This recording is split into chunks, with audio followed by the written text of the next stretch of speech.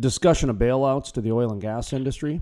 And Yeah. I found it very interesting when it first came out, the early part of March, and Mike Sommers from API, the CEO of API, the director, I mean, Right. honest to God, before they could even finish the sentence, he was saying, absolutely not. I mean, that's how much of a knee-jerk reaction it was of in my opinion, just the old school way of oil and gas. We don't take subsidies. Correct. We're not doing this. Government, Right. stay out of our life, this and that. Well, Yeah. about a week and a half ago, Matt Gallagher from Parsley Energy was on Jim Cramer talking about how possibly the Texas Railroad Commission should control production in Texas. And those are two completely different spectrums in terms of ideology when it comes to oil and gas. And I think that the industry is faced with that paradigm right now. That's part of the paradigm shift with this new generation of young executives that are coming in that, grew up a little bit different with the climate and with the education and things. Just have you thought about that yet, about how the industry is facing that paradigm shift ideologically right now?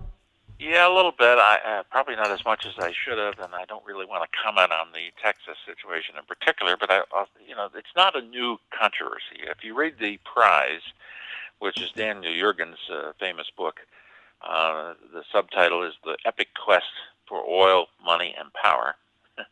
He talks about how the industry has gone through this before, where there was they solicited government to control the production, control the output. And the same thing happens, we hear it a lot with respect to the dairy industry. There's always a certain number of people who want to abandon the idea of commodities, because commodities are always, any commodity business, whether it's milk or whether it's oil or whether it's apples, they always are boom or bust, because we've talked about this before in this program. The solution to low prices is high prices. The solution to high prices is is high prices. So because high prices will create an oversupply, and then the price will go down. So the same thing is happening in the oil and natural gas business, of course. And I don't think that at the end of the day, production quotas really help. I think the only solution is, again, economics, where the industry has to find a way to adapt to the circumstances, and some people will go out of business. That's not necessarily a bad thing. It's painful to some people who are facing it, but it's no different than a small farmer going out of business. And the cycle always comes around later. It's just like with supermarkets. Everybody used to have the general store, right? And we ended up having a situation over the years where the supermarket replaced the general store, only to have a few years later the convenience store come back. Okay, it's just a new form of the general store, right? That's all it is. It's a new form of the general store, and that's because of the thing we started out this program, the ability to adapt. So you're always going to have this cycle, this undulating wave that is going to affect the way things happen. But I don't think government involvement ever really helps. That's just my philosophy, and I know that people argue with me, and they'll say that it helps to even out the. I hate to use this overused term, and I really do hate it, but the excuse is the same thing we're dealing with COVID. Everybody wants to flatten the curves. Well, I don't know if that's smart or not.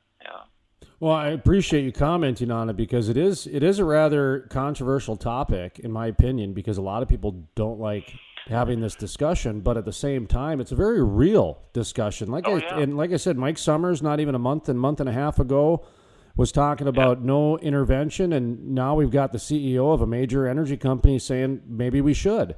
And I'll just leave it with this, and you can comment on it if you'd like. And the reason I bring it up is because I do believe we're at a crossroads in the industry. And when you look back at what Norway and Mexico did in 2015, to get out of that downturn, they basically brought in foreign investors. And when you look at what other countries have done before the shale boom, especially, they nationalized oil or subsidized it like agriculture to the tune to where it almost is nationalized. So I think the industry is almost faced with pretty close to those two scenarios. And it's just something I think that the industry should be talking about a little bit more. So I do appreciate you talking about it. Well, I think obviously these things have to be discussed if for no other reason than to educate.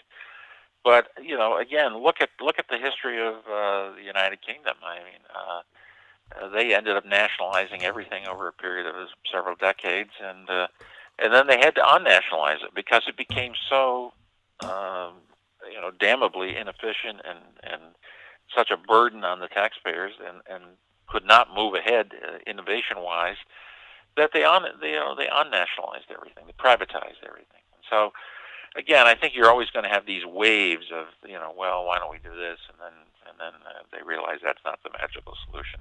Economics is a cruel master to some extent, but in the end, I think maybe it may be the kindest of all because it's truthful.